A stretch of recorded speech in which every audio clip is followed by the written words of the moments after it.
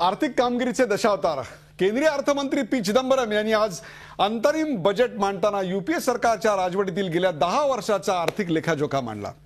गेल्या 10 वर्षात कोणत्या क्षेत्रात किती विकास साधला आणि सरकारने त्याच्यासाठी किती पटीने तरतूद वाढवली यावर आपण कार्यक्रम सुरुवात करण्या अगोदर टाकूयात एक नजर। यूपीए 4 आणि यूपीए 2014 मध्ये खाद्यान्न विजेचं उत्पादन आपण पाहिलं असेल 1,12,000 वरून 2,34,000, रस्ते 51,511 किलोमीटर पासून ते 3,49,000, शिक्षणावर 10,145 कोटी तर आता जवळपास 80,000 कोटी, आरोग्यावर 7,248 कोटी वरून 36,000 कोटी, खाद्यान्न 213 दशलक्ष टन इथपासून ते वाढलेले दिसते। आपला विकास दर 10 वर्षापूर्वी 8.4 कृषी विकास दर 3.10 आपण पाहिला, इतका प्रचंड मोठा प्रमाणात वाढल्याचा 6.60 विकास दर, कृषी विकास दर 4.6।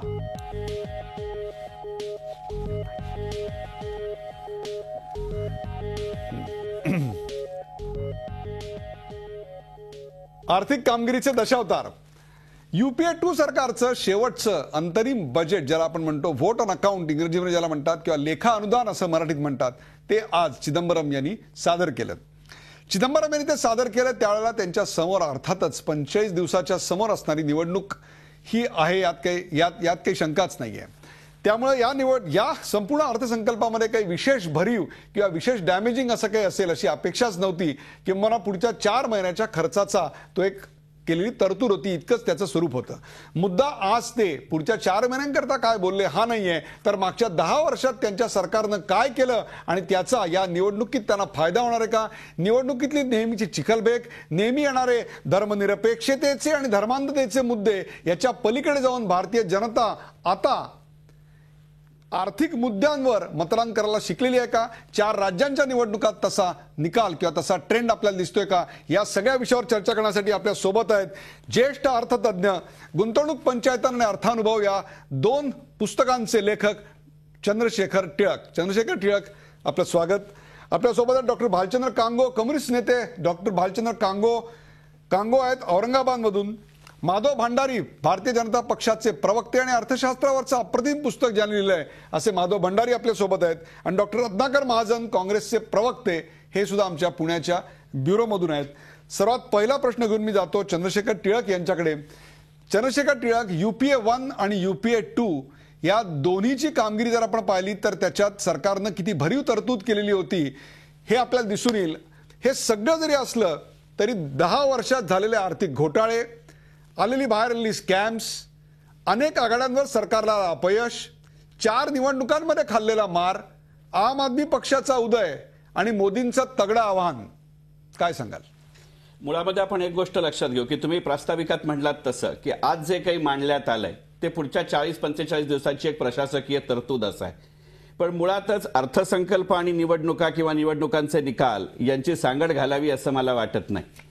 आत्ताच्या विधानसभांच्या निवडणुकांचा अपवाद वगळला आणि त्याहीपेक्षा गेल्या वर्षभरात आपल्या मतदारांच्या नोंदणीकृत मतदारांच्या संख्येत झालेली वाढ आणि त्यांचा वयोगट हा जर अपवाद वगळला तर स्वतंत्र भारताच्या इतिहासामध्ये आर्थिक घटकांपेक्षा सुद्धा महागाईचा अपवाद वगळता नेहमी भावनिक, राजकीय आणि सामाजिक मुद्द्यांवरती निवडणुका लढल्या गेलेल्या आहेत। अगदी 75 मध्ये जो सत्ता बदल झाला त्याला सुद्धा कितीही त्यावेळेच्या सत्तारूढ पक्ष असलेल्या काँग्रेसकडनं आर्थिक गणितं मांडली गेली तरी आणीबाणीचे अत्याचार हा घटक जास्त प्रभावी झालेला होता। अशा अनेक घटकांची पार्श्वभूमी लक्षात घेता एकंदरीतच प्रचाराची सुरुवात आज लोकसभेत झाली असं म्हटलं तर वावगं ठरणार नाही, पण त्याचा निवडणुकांच्या निकालाशी थेट संबंध जोडणं आणि त्यातही हा पूर्णपणाने अंतरिम अर्थसंकल्प आहे, त्यात धोरणात्मक निवेदन काहीही नाही, त्याकरता आम्ही परंपरेची बूज राखतोय असंही त्याचं समर्थन केलं गेलेलं आहे। या सगळ्या गोष्टी लक्षात घेता आजचं 12 पानी भाषण हे निवडणुकीचा जाहीरनामा आहे किंवा एप्रिल-मे मध्ये होणाऱ्या लोकसभेच्या निवडणुकांची नांदी आहे असं मला स्वतःला वाटत नाही। आजच्या त्यांच्या भाषणाचाच फक्त केवळ प्रश्न नाहीये, तर मागच्या एकूणच 10 वर्षातली आर्थिक कामगिरी आणि त्यावर आजचं त्यांचं भाषण, या सगळ्यावर आज आपण बोलणार आहोत। मी जातो डॉक्टर भालचंद्र कांगो यांच्याकडे। भालचंद्र कांगो, मला तुम्ही सांगा की अनेक घोटाळे या सरकारचे बाहेर आले, अनेक आघाड्यांवरचं अपयश आपल्या समोर आहे. या सगळ्यावर मात करणारी ही अशी चमकदार आकडेवारी आज अर्थमंत्र्यांनी आपल्या समोर सादर केली. खरं तर कुठल्याही देशाला ड्रीम टीम वाटावी अशी ज्यांचा बायोडेटा आहे अशी टीम आपल्याकडे होती. ऑक्सीब्रिज असं म्हटले गेलेले आपले पंतप्रधान, म्हणजे ऑक्सफर्ड आणि केम्ब्रिज ग्रॅज्युएट असलेले आपले पंतप्रधान, फायनान्सला मोंटेक्सिंग अहलुवालिया, तर अर्थमंत्री म्हणून हार्वर्डचे पी चिदंबरम, ज्यांच्या बुद्धिमत्तेबद्दल किंवा वकिली बाणाबद्दल कुठली शंका असू नये अशा प्रकारची 3 ड्रीम व्यक्ती असताना सुद्धा इकॉनॉमिक ड्रीम भारताचं गेल्या 10 वर्षात अधिक चांगलं झालं असं आपल्याला वाटतं का? आणि त्यावर काँग्रेस निवडणुका जिंकू शकेल का? वेगवेगळ्या प्रश्नांची गुंतागुंत आहे. आजचं चिदंबरमचं भाषण हे येणाऱ्या लोकसभा निवडणुकीच्या आधीचं शेवटचं भाषण असल्यामुळे आपण काय केलं आणि आपल्या सरकारने काय केलं हे चमकदारपणे मांडण्याचा त्यांचा हा प्रयत्न आहे. म्हणजे इट्स अ पॉलिटिकल स्टेटमेंट. त्याच्यामध्ये आर्थिक सत्य आणि वास्तव किती याच्याबद्दल निश्चित वाद होऊ शकतील, पण काही गोष्टी मी आपल्या ध्यानात आणू शकतो की चमकदार आकडे जे दाखवले जातात की GDP ग्रोथ किती झाली, काय झाली, याचा सर्वसामान्य माणसांना फारसा संबंध येत नाही, कारण का त्यांचा संबंध त्यांच्या जीवनाशी दररोजचा जो संबंध येतोय त्याच्यावर त्याचा काय परिणाम झालेला आहे. आणि म्हणून जर सर्वसामान्य माणसाला प्रतिक्रिया विचारली तर तो म्हणेल की महागाई कमी झाली की नाही, माझं जगणं सुसह्य झालं की नाही, तर त्याच्या बाबतीत त्याचा येणारा अनुभव हा विदारक आहे. हे वास्तव मात्र त्यांनी लपवून ठेवलेला आहे. हा नंबर 1 चा भाग आहे. दुसरं मी लक्षात आणून देऊ इच्छितो की आपले सध्याचे जे राष्ट्राध्यक्ष आहेत ते जेव्हा फायनान्स मिनिस्टर होते तेव्हा त्यांनी एक आकडेवारी देण्याची पद्धत सुरू केली होती, आणि ती आकडेवारी म्हणजे सरकारचा कर किती बुडला आहे हे आकडेवारी देऊन ते सांगायचे. यावेळेस चिदंबरम यांनी किती कर बुडलेला आहे म्हणजे वसूल करण्यात आलेला नाही ही आकडेवारी लपवून ठेवलेली आहे. 5,02,000 कोटीपेक्षा जास्त कर वसूल करण्यात या सरकारला अपयश आलेला आहे, आणि त्याचा फटका आर्थिक क्षेत्रामध्ये सगळीकडे आपल्याला जाणवतो आहे. तेव्हा अशी लपवाछपवी देखील त्यांनी खूप केलेली आहे. नुकतेच राष्ट्रीय सॅम्पल सर्वेची आकडेवारी 2000 पासून 2010 मध्ये आलेली आहे, आणि त्याच्यामध्ये ज्या 2-3 महत्त्वाच्या गोष्टी अधोरेखित करण्यात आलेल्या आहेत त्याच्यामध्ये पहिली गोष्ट म्हणजे रोजगार निर्मिती ही 2% जास्त झालेली नाही, म्हणजे बेरोजगारी प्रचंड प्रमाणात वाढलेली आहे, ही ती आकडेवारी आहे. आणि ही रोजगार निर्मिती जी काही थोडीफार झालेली आहे ती देखील प्रामुख्याने असंघटित अशा क्षेत्रामध्ये झालेली दिसते. म्हणजे आज त्यांनी ते इनडायरेक्टली कबूल केलं की मॅन्युफॅक्चरिंग सेक्टरला म्हणावा तसा पुश आम्ही देऊ शकलेलो नाही. त्यांनी शेवटी आम्ही गेल्या काही दिवसामध्ये आम्ही काही प्रोजेक्ट झपाट्याने मंजूर केले, आणि आमचं पॉलिसी पॅरालिसिस नाही अशा प्रकारची काही आकडेवारी देण्याचा प्रयत्न केलेला आहे. परंतु जनरल सेंटिमेंट मात्र असा आहे की हे काम न करणारं सरकार, निर्णय न घेणारं सरकार, महागाई बेरोजगारीवर उपाय नसणारं सरकार, असं जे चित्र आहे त्याचा फटका या लोकसभा निवडणुकीत काँग्रेसला त्यांनी कितीही चमकदार आकडेवारी सादर केली तरी ज्याप्रमाणे 2004 साली शायनिंग इंडिया अशी कॅम्पेन करणारा भाजपला बसला तसा आता त्यांना बसणार आहे याच्याबद्दल माझ्या मनात शंका नाही. शायनिंग इंडियाचा तुम्ही उल्लेख केला, त्याविषयी मी नंतर पुढच्या सेगमेंटमध्ये बोलणार आहे. मी जातोय माधव भंडारी यांच्याकडे. माधव भंडारी, गेल्या 10 वर्षातल्या आर्थिक अहवालाचे चमकदार आकडे सादर केल्यानंतर पुन्हा इलेक्शन जाहीरनाम्याची खरं तर गरजच नाहीये काँग्रेसला, काय वाटतंय आपल्याला? आजचं चिदंबरमचं भाषण ऐकताना मला काही विशिष्ट अपेक्षा होत्या.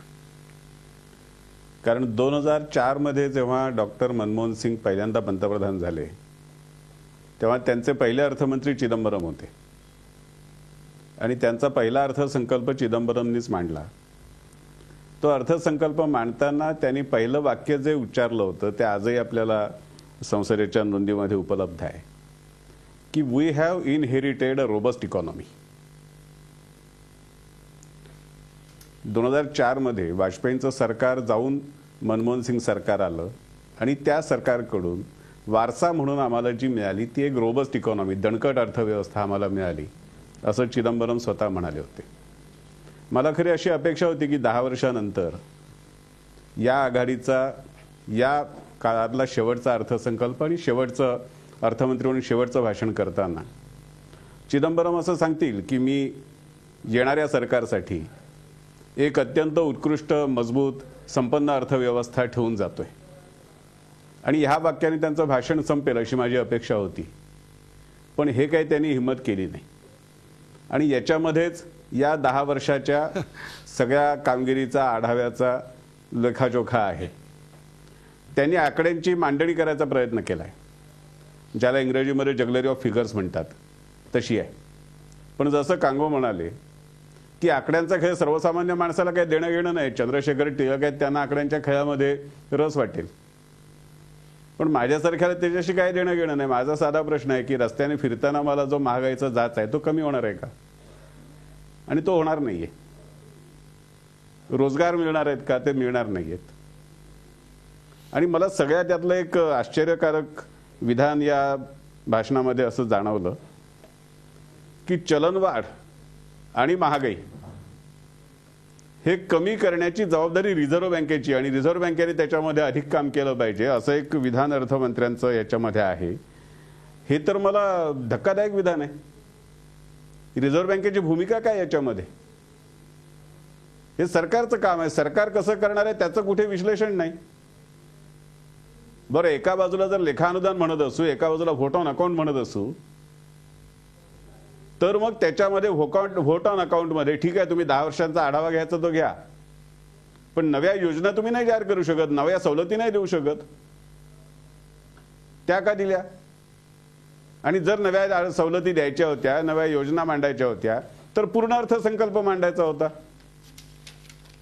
त्यामुळे हे सरकार गेली 10 वर्ष ज्या धोरण लकव्यामध्ये आणि आर्थिक संभ्रमामध्ये गुंतलेलं आहे त्याचंच हे प्रदर्शन आताच्या शेवटच्या भाषणाने चिदंबरम यांनी करून दाखवलेलं आहे. धोरण लकवा आणि त्याहीपेक्षा सुद्धा आर्थिक चमकदार कामगिरी केवळ आकड्यातली फसवेगिरी, परंतु रस्त्यावर आयुष्य जगणाऱ्या माणसाला मात्र महागाईच्या झळा सोसाव्या लागत आहेत. त्यामुळे त्याला या आर्थिक आकडेवारीच्या स्रोताशी काहीही घेणं देणं नाही. किंबहुना या सरकारचं अपयशच आज समोर आलं. एक सुदृढ अर्थव्यवस्था आम्ही त्यांना दिलेली होती, परंतु आज सत्तेवरून कराची जाताना त्यांनी मात्र सुदृढ अर्थव्यवस्था ठेवली आहे का हा खरा सवाल आहे. मुळात सवाल आहे त्यांना आपण सत्तेवरून जातोय असं वाटतंय का? आणि त्याविषयीच मी बोलता करणारे डॉक्टर रत्नाकर महाजन यांना